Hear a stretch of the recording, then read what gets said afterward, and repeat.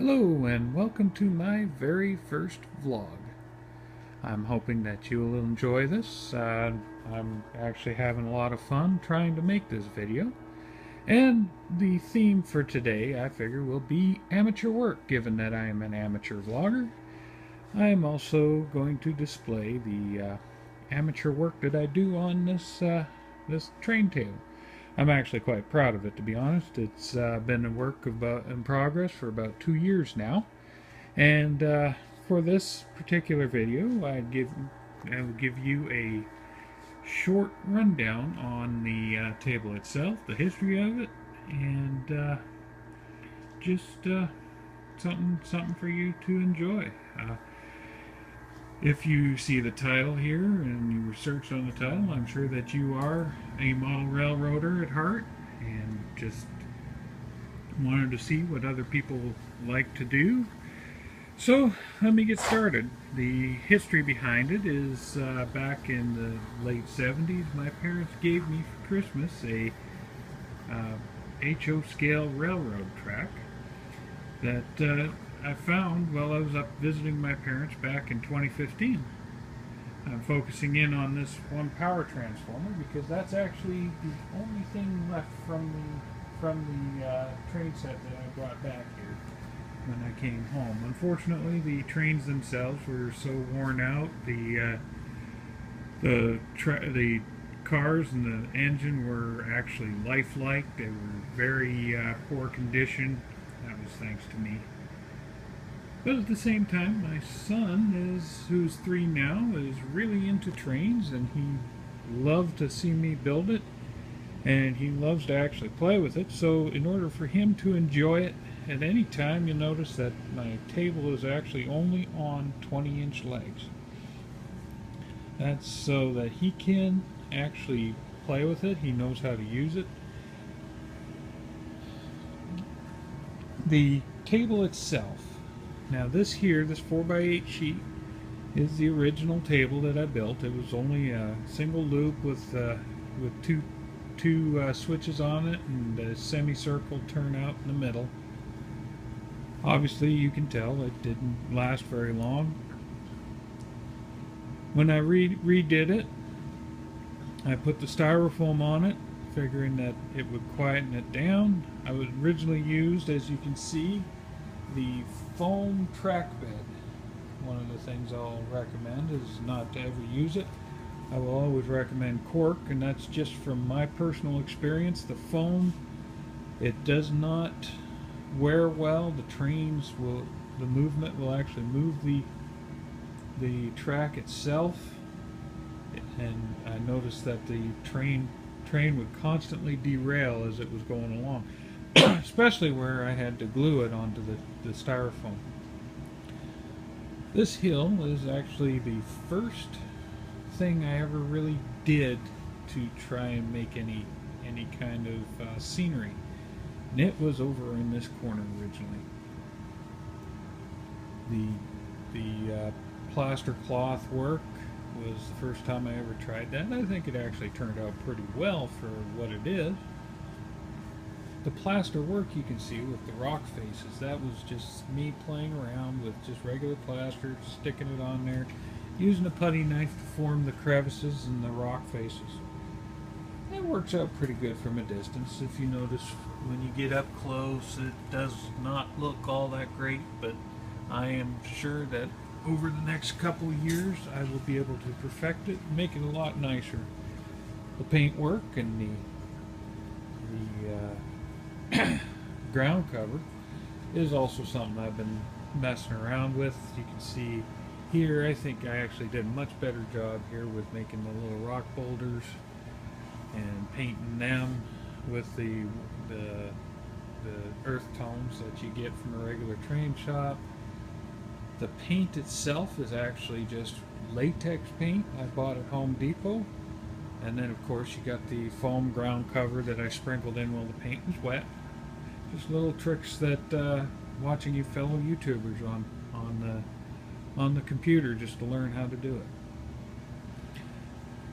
it. Of course, back in, I believe it was late 2015 actually, My wife's grandmother gave us all of these buildings that you see here, and also these three sections. Of course, I put them on 20-inch legs.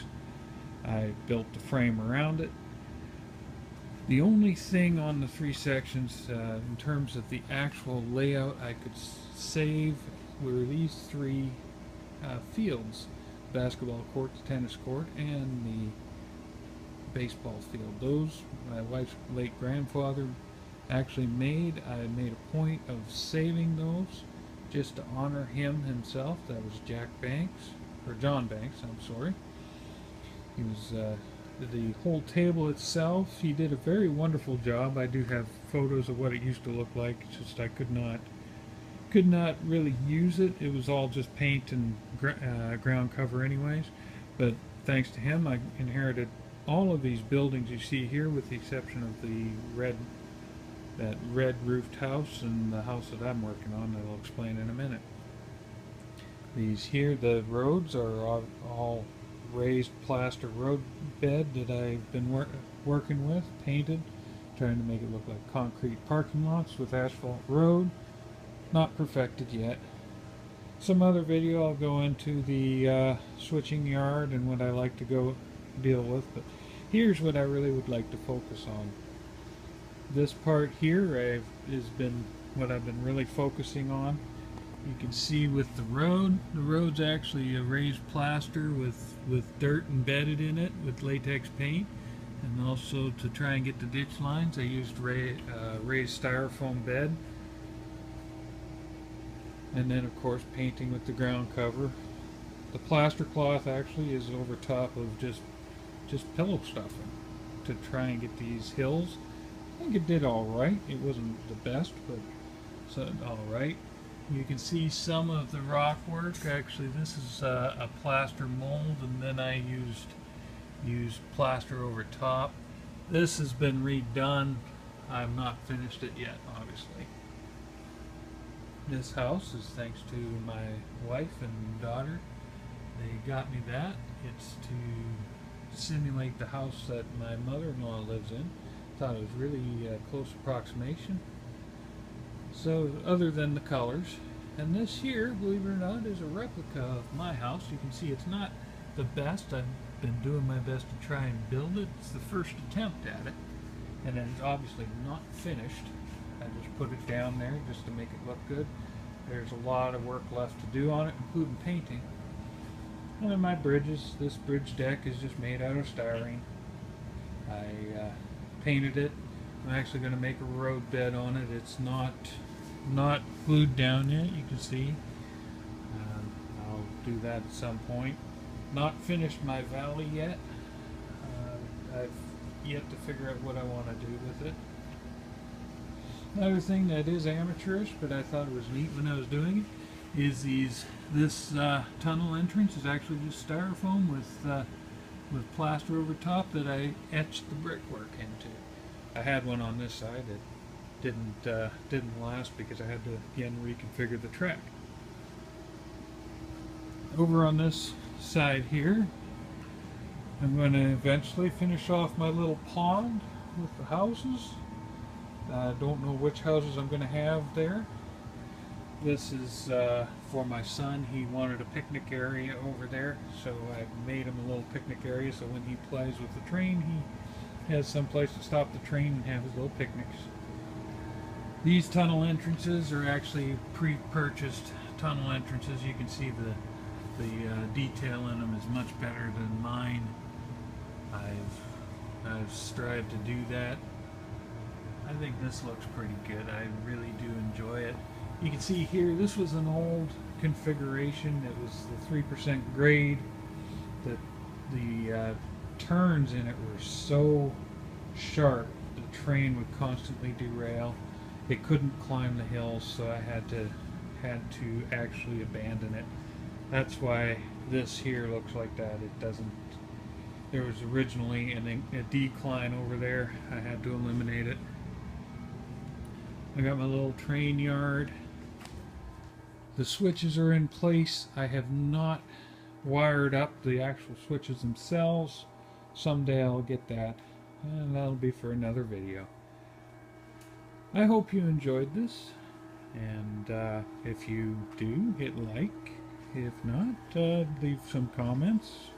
Please, nothing too crude. I'm, again, an amateur, and do look forward to hearing from you.